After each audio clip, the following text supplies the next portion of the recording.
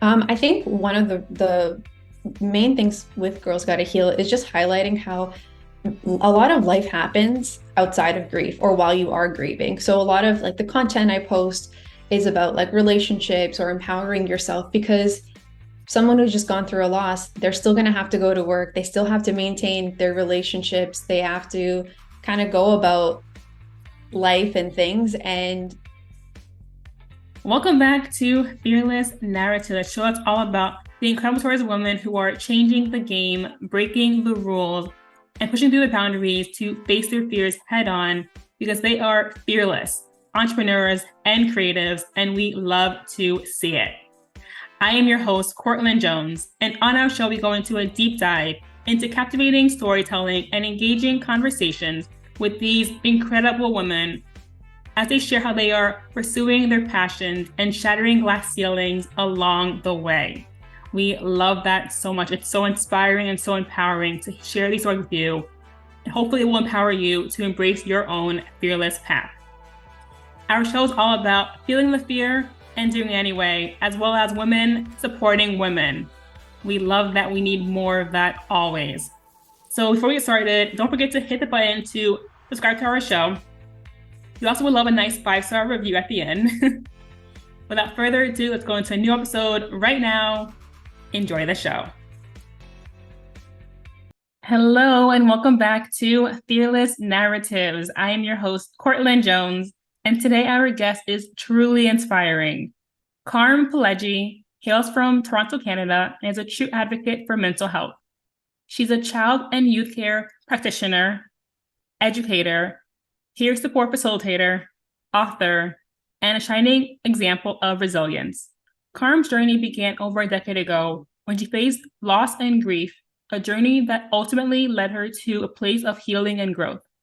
Carm's passion for mental health and her own journey led her to create Girls Gotta Heal, a community she wished she had as a teenager herself when she was struggling with her own mental health and grief. Notably, Carm recently published her first book, The Affirmation Journal for Women, Powerful Prompts to Transform Your Outlook on Life, a testament to her dedication to uplifting others. Carm, how are you? I'm good. How are you? I'm great. I'm happy to talk to you. Me too. So your journey with mental health and grief began over a decade ago. Can you take us back to that time and share what inspired you to embark on this transformative path? Yeah, for sure. So, over 10 years ago, I was going through a lot of losses.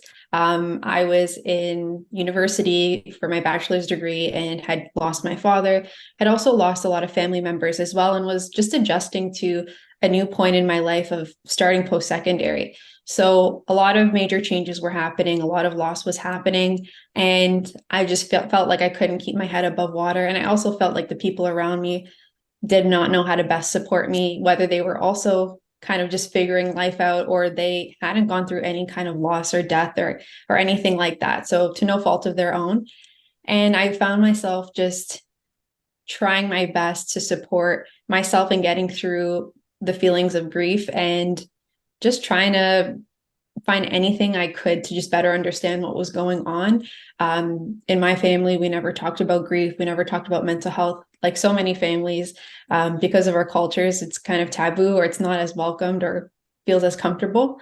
So that was kind of how I grew up as well. So I had to kind of find my own ways to understand what was going on and to also support myself before eventually even getting to the point of going to therapy. So because of that, that really inspired Girls Gotta Heal, because I wanted to create a platform and a community for young people like myself at the time who didn't really have the resources or know where to go to. I'm sorry for your losses. I personally have gone through my own losses as well. I've gone through 4 so far in my life, and it's not always.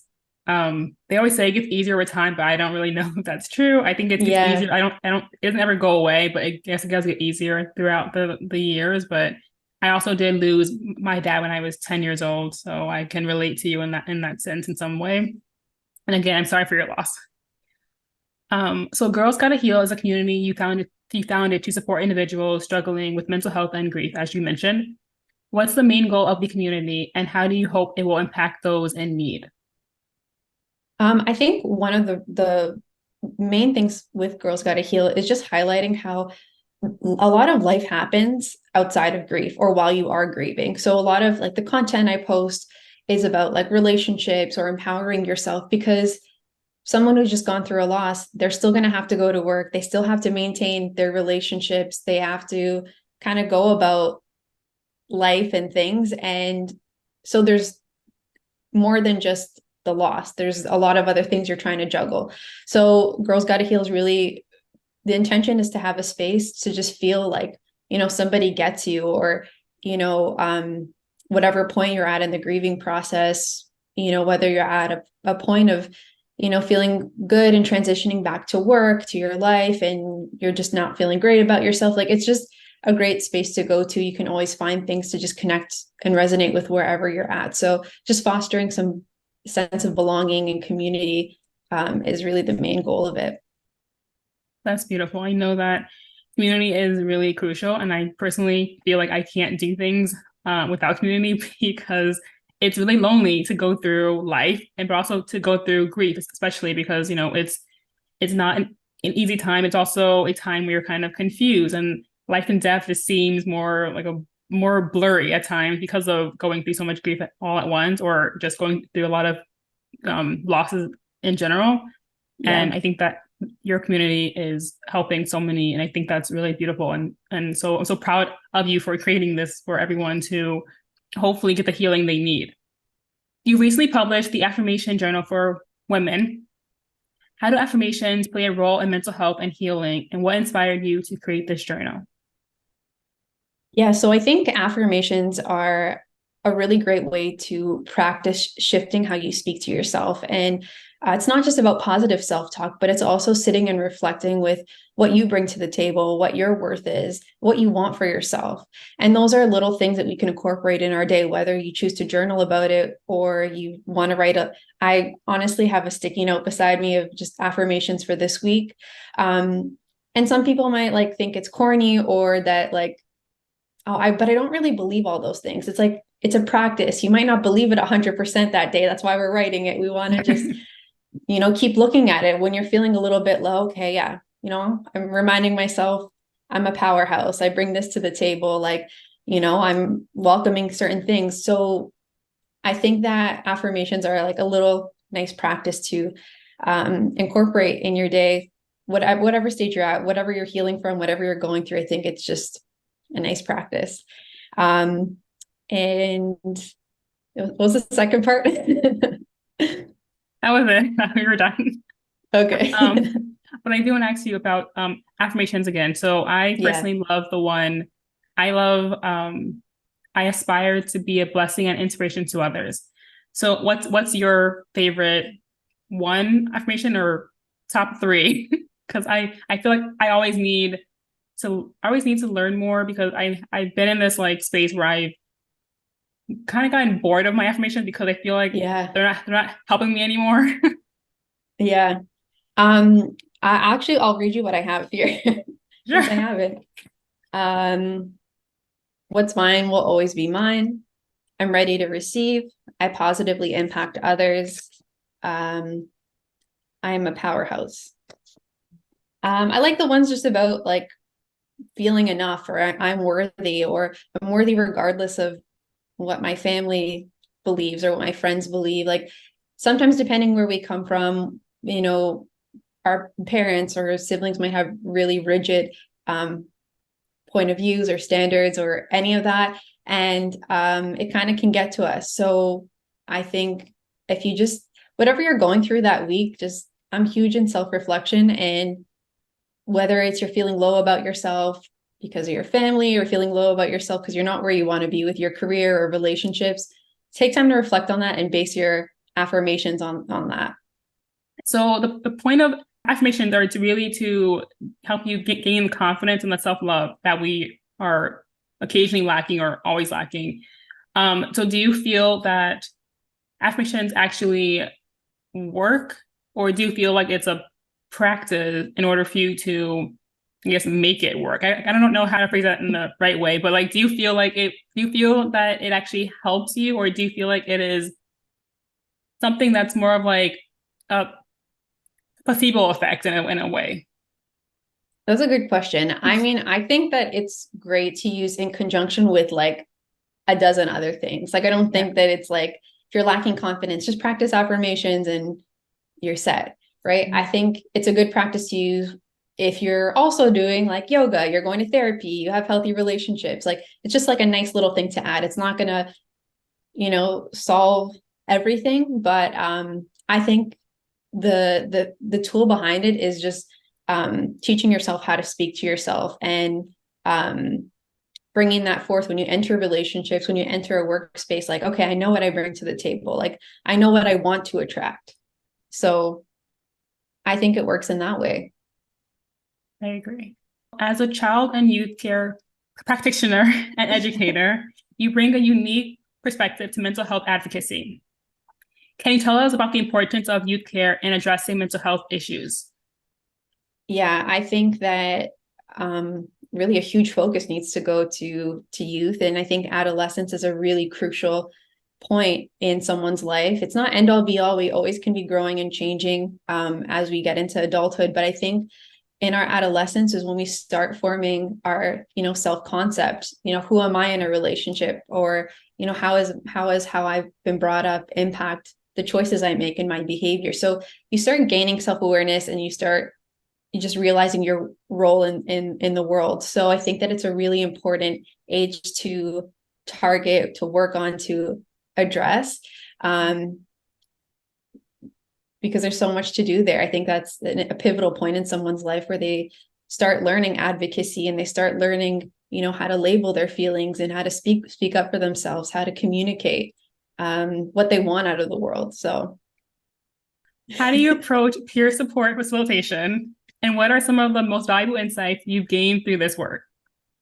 So peer support groups have been one of my favorite things to do. They really started for me at the beginning of the pandemic when everything was completely virtual. So I had to kind of pivot and get creative, and it allowed me to create groups of women who were in different parts of the world, in the States and Canada. And I'm really particular with how I start up my groups. I haven't done one in a while, but when I've done them, I really try to focus on certain themes that bring people together. So it could just be grief and loss, but really embrace everyone's individual differences. So I always say that there's something valuable that this person can share to the next person. Like, we always bring value to the table. So I always, with the women in the group, I try to highlight that and empower them and embrace that part too.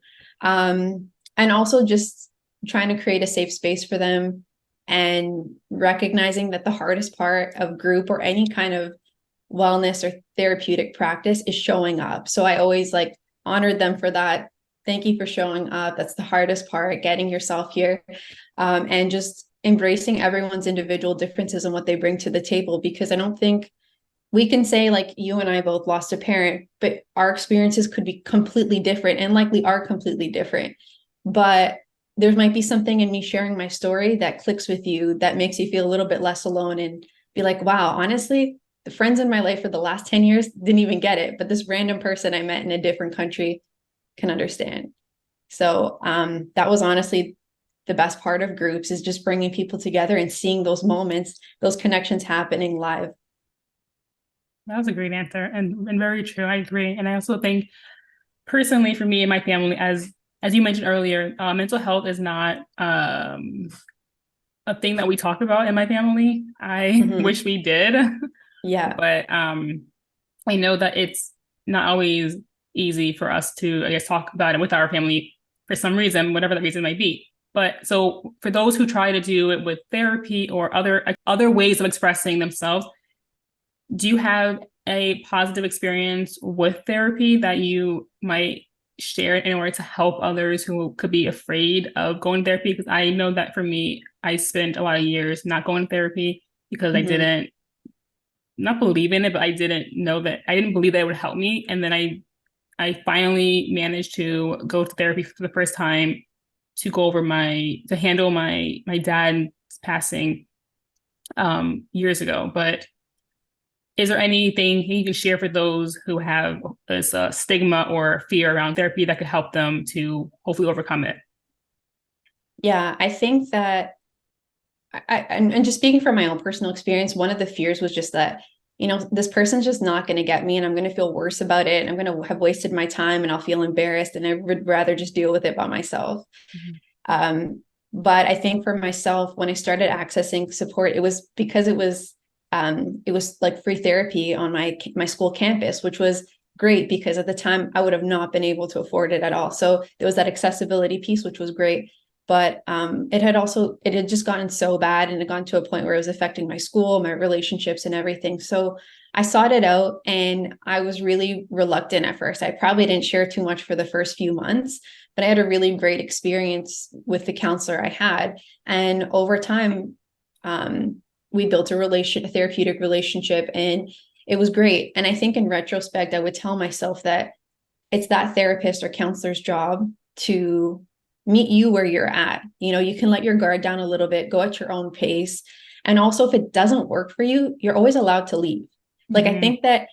I think that that's a general like life rule that I wish my younger self would have known, whether it's a relationship, your therapy session, your job, you're allowed to leave whenever you want.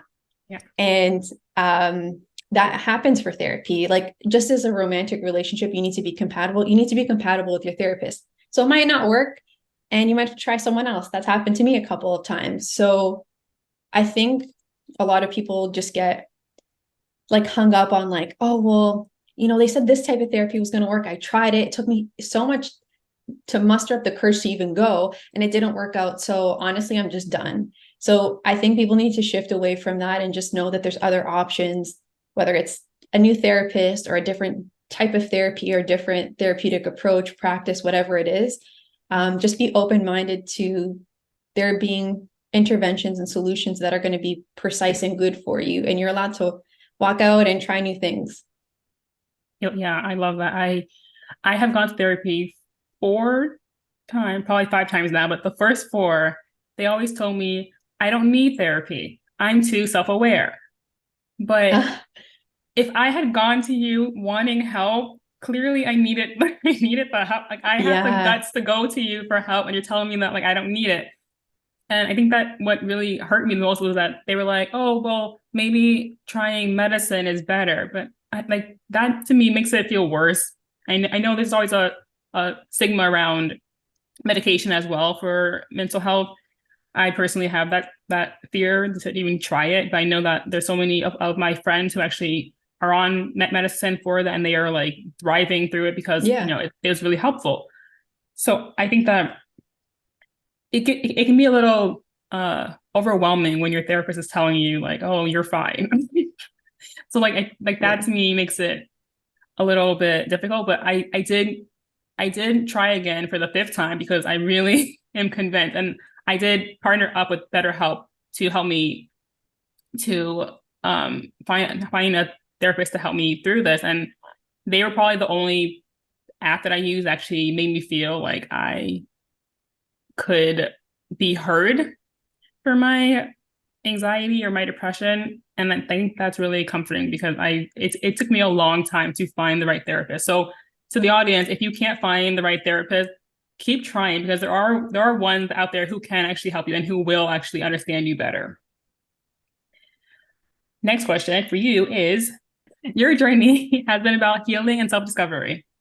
Can you share an instance or experience that was a turning point in your personal growth and mental health journey? There are definitely lots, and there are lots that happen on like a yearly basis.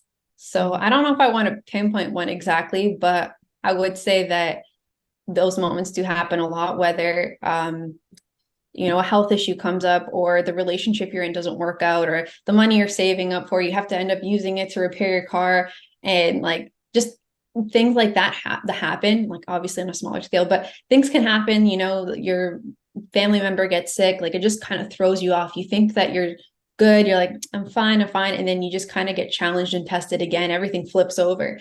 So I think for me, I've noticed that those things happen several times throughout the year.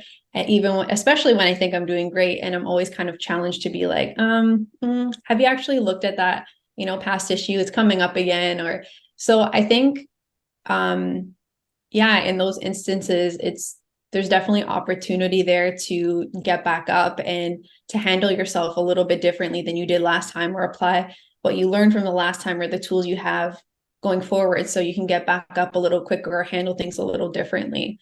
So that's what I'll say to that. But unfortunately, that's kind of what I'm learning, is like, that's kind of life. Like, you can get to a place where you're feeling great and be challenged, and that's just kind of how it goes. Mm-hmm. So it's clear your mission is to help others to heal. And I love the phrase, "This girl's got to heal." So what does that phrase mean to you, and how does it embody your message? Yeah, so that's a phrase I use at the end of my podcast intro, and that's kind of me just talking to myself, and hopefully it resonates with other people. But when I'm saying that, I'm saying that I'm committed to myself, to bettering myself, to improving myself, to healing myself, at whatever point, like I just said in that last bit about just like being tested. So with whatever comes up, like, I'm committed to myself and to healing. So is there a reason why you are targeting female as your community as opposed to men? Okay, I know men we see them as those who kind of, they address their mental health differently than I think we do, or not at all. And I think that's also a problem because we assume that, but that's not always the case.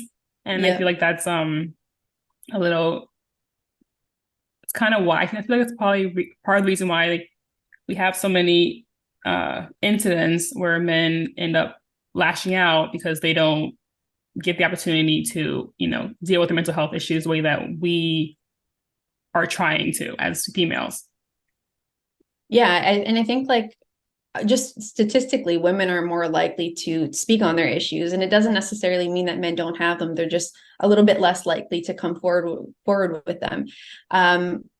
Girls Gotta Heal started because it really was based off of my experience. Mm-hmm. And I've had Girls Gotta Heal for a couple of years now, and I've evolved and I've developed personally and professionally. So I have thought about that, because I'll get comments here and there being like, men need to heal too. And I'm like, absolutely, they do. But Girls Gotta Heal started because I was talking to myself. This was a project for myself. And I'm just like, maybe like it'll resonate and connect with people. And it has. So, I mean, I think as I continue to evolve professionally, I'll have to find a way to incorporate that and for it to be a little bit more inclusive. But it really initially started off with just me speaking on my own experiences as a female, and that's what I knew and that's what I could speak to. Yeah, I love that, because I'm only asking you that because my company is for creative females, for my community that I'm building for artists. And when I talk about it to like investors or whoever I'm pitching to, they always ask me, why not men too? And it's not us trying to exclude them. It's just that we're targeting an audience for a reason. But like, I hate when they ask me that. So I'm asking you that. So you asked me that? Because I wanted to see what you would say, just so I know what I could say in the future. Just kidding. But I wanted to like to hear like the point of view, because I know that for me, I personally feel like we as females we have, our own needs and our own, we're more undervalued and underserved. I personally feel, in my opinion, and I feel like us trying to build these spaces for us to feel safer and more community building, that to me is a need. I don't think that men don't need it, but I think that it's just different. And I feel like it needs to be like an understanding that we're not trying to exclude men. We're just trying to help women. Like it's not a, that's what it is. It's not like we're trying to take away from them. We're just trying to help women. Exactly. Yeah. So what are some common misconceptions or stigmas you've encountered when it comes to mental health, and how can we work to break down these barriers? There's honestly a few. And I think that one that comes to mind is something that you touched on in your own personal experience, is that someone who is going through a mental health crisis only shows it if they're acting out, or if it's in a loud and like really abrasive way. And that's not true, because there's so many of us who have high functioning anxiety high functioning depression are walking around with grief on our shoulders for years and nobody knows. So just in my professional career, I've had to be really observant of behavior. So I have to kind of foresee things happening before they happen. And yeah, I would say that it's not the person who is acting out in a behavioral way or loud way is not only necessarily the person in the room who is just going through mental health crisis. There could be others who are presenting in a different way. So yeah, I would just say the presentation piece is the misconception.